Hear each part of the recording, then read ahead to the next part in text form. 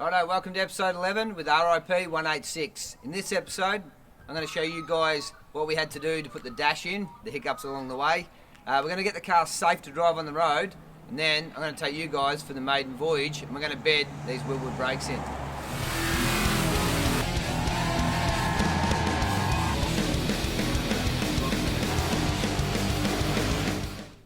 Alright, so I'm in here in the wagon. I'm about to bolt the dash and the switches and everything in for the final time. First, we're going to make sure the lights work before fitting it up in case there's an issue or in case Jake missed something. So, with ignition on, we'll just check with the boys at the back. Go right indicator. Yep.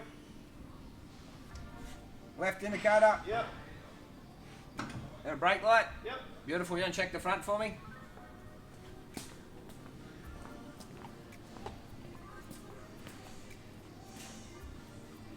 Left. Yep. We've got a left up on the dash here. Right. Yep. Alright, so we've got the four corners of the indicators. What I don't have, I've got a left one up on the dash here. I don't have a right. Now, I would say that may have something to do with it. So, like I said, it's a lot easier now to fix everything before you bolt it up. So double check everything works on the car before final fit up. Righto, so we've got our new wiper motor, or second-hand rebuilt one off eBay. The old one there hasn't been seized or broken, contacts were gone in it, so it doesn't work. Now, I mentioned earlier, when you do buy the kit off HK HT HG stuff, you have to order a D or a double D shaft. Now, if the camera comes in there closely, you see there's the original one, which is a double D shaft. That there is a single D. So all I will have to do is use my old arm on the new motor, but when you do order it, that is the difference. So put the arm on there. Now before I fit the arm, we've ran the motor, so it's working quite well. There's one other little thing, hold the camera there.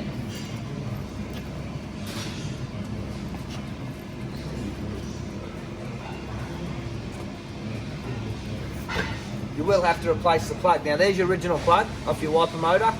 It won't fit in there, so get rid of that one.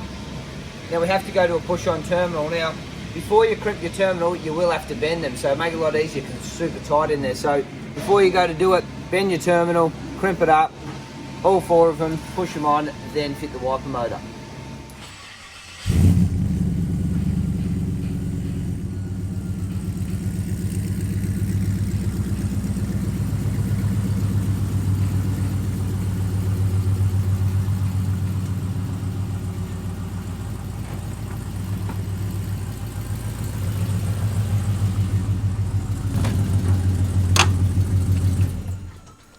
Alright, so as you can see, we've got the car running. It's running really well. Now we've gone over a lot of safety stuff. Now a couple of things. Retractable seat belts. You've got to have them in. The engineer's going to require them. So obviously we've got a lot more power to make it a lot safer, retractable seat belts. Now, I told you guys when we take for our first journey, it's very important we bed our brakes in straight away. So what I've got is myself a digital speedo. Now, I've put it in my Triton, so my work car, just to make sure that it's correct, which it matched up within a kilometre or two, so it's close enough for bedding brakes in, because we're not sure with Jake if he's programmed our speedo correctly. So we'll put that up on the dash, we'll plug that in, make sure it's right. Now in the back seat, which I've got to hang off, is my trade plate, which we'll get that in a minute. We'll put that on the back of the car. Now obviously we've got to have the correct trade plate to make sure we can do it. So most mechanic shops and stuff like that, or car fabricators, will have a trade plate, be able to test the vehicle to make sure it's safe. So what I'm going to do is I'll set the speed up on the dash, I'll get the trade plate on the back, and let's get out there and bed these brakes in. Righto, so this is everyone's favourite bit when you build a car, because as we all know, it doesn't happen in a week. It's a bit of a journey to build a car. Now this one's come along fairly quick, but maiden voyage, hopefully we can get up and down the road without needing a tilt tray. So first things first, we'll pop the cigarette lighter out. The old girl looks like it's been well used. Might even put it in the ashtray. We've got our electronic speedo we spoke about. Now, hopefully, we can get this to work.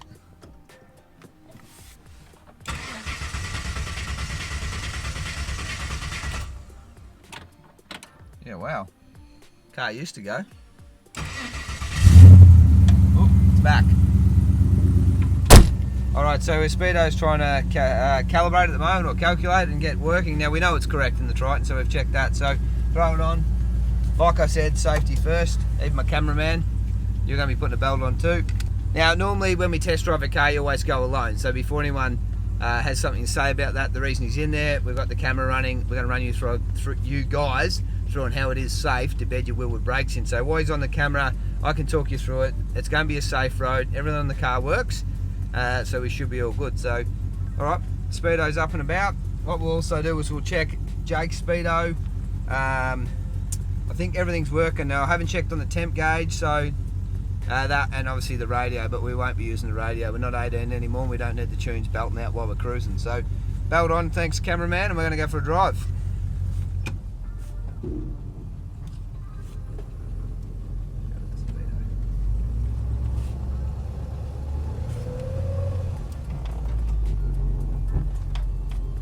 I know, so the pedal's all good. It picked up really well. It stopped well. My cameraman nearly headbutted the windscreen, so that's a good thing. So what we'll do is we'll go down to the road here. We'll make sure there's no one there. Now, like I said with the wheelwood brake, they've got a coating on them, so the quicker, the sooner you can bed it in, the better brake you're going to get out of it. Now, if you don't have a decent bedded in rotor and pad, it's going to glaze itself and it will never grip correctly. So a lot of guys have this issue, mainly for burnout cars and drag cars and stuff, where they push them around the shed 1,000 times and the kid's pushing the pedal and it's drag, and all it does is glaze it up. So as we can show you guys, I'm going to go straight 80 kilometers an hour and try and pull this thing up. So I've looked down the road, there's no traffic. Like I said, it's a very quiet road, especially with the coronavirus.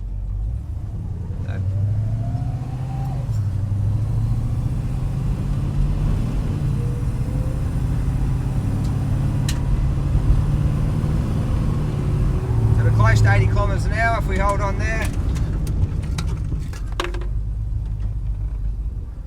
Now when we do it, you want to pull your 80 kilometers an hour down to walking pace as soon as possible. So the faster you do that, the better it'll be, and then just let the car roll out. So we can get a second grab before the corner. We're at just under 80k an hour.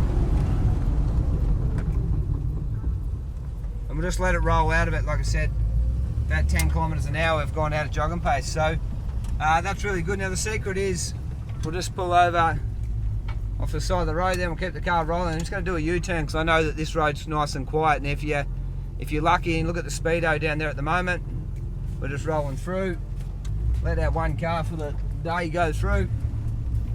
We just keep trying to keep the wheels turning very slowly.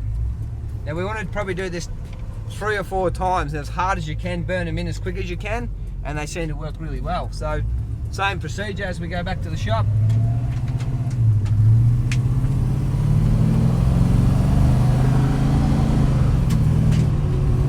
Hold on there, cameraman.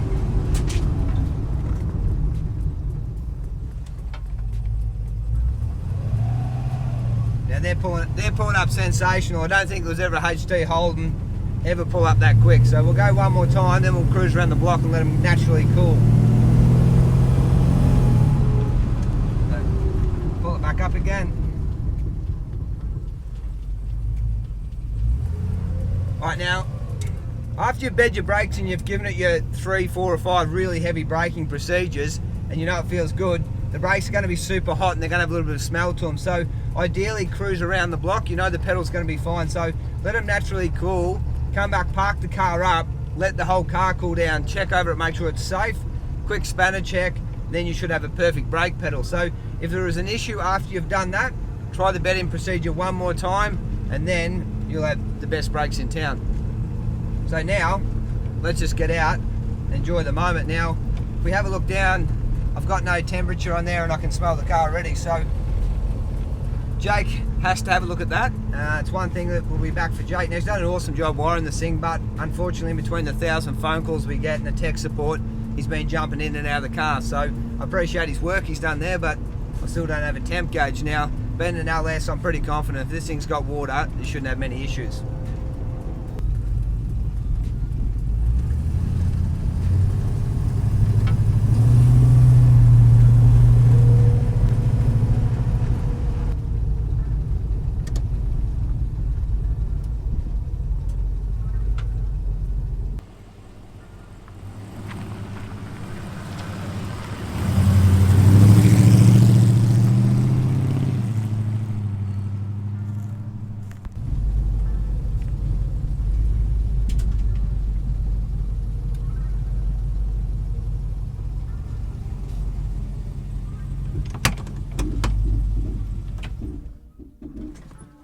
Righto, so we've been for a drive, everything's really good. Suspension feels nice, brakes are good.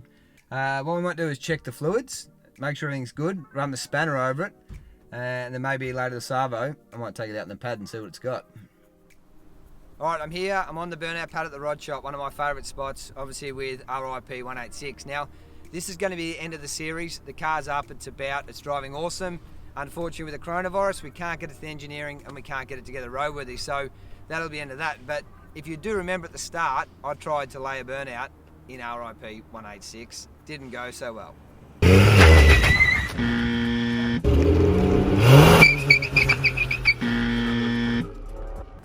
We're back. What I'm going to do is I'm going to back this up the runway, or what I still have of a runway at the rod shop, burnout pad, and I'll go full send, see what it's got. So massive thanks for you guys for watching. Next week, new make, new model, new project. It's going to happen again for Team Rod Shop. So like, subscribe. Thanks again for watching.